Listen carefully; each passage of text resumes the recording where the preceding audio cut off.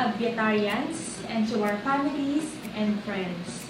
Noong nakaraan po, nakita niyo po dun sa mga video namin kung ano po ang advantages ng ating mga Saladmaster Cookwares. Ngayon po, ipapakita naman po namin yung actual kung ano talaga yung nagagawa ng ating Saladmaster Cookwares. So, ito po ang unang cooking show video namin na ipapanood sa inyo. Magluluto po tayo ng waterless sinigang gamit ang ating 3 quarts na saucepan. Totoo po, talagang waterless sinigang siya. Come on, let's cook!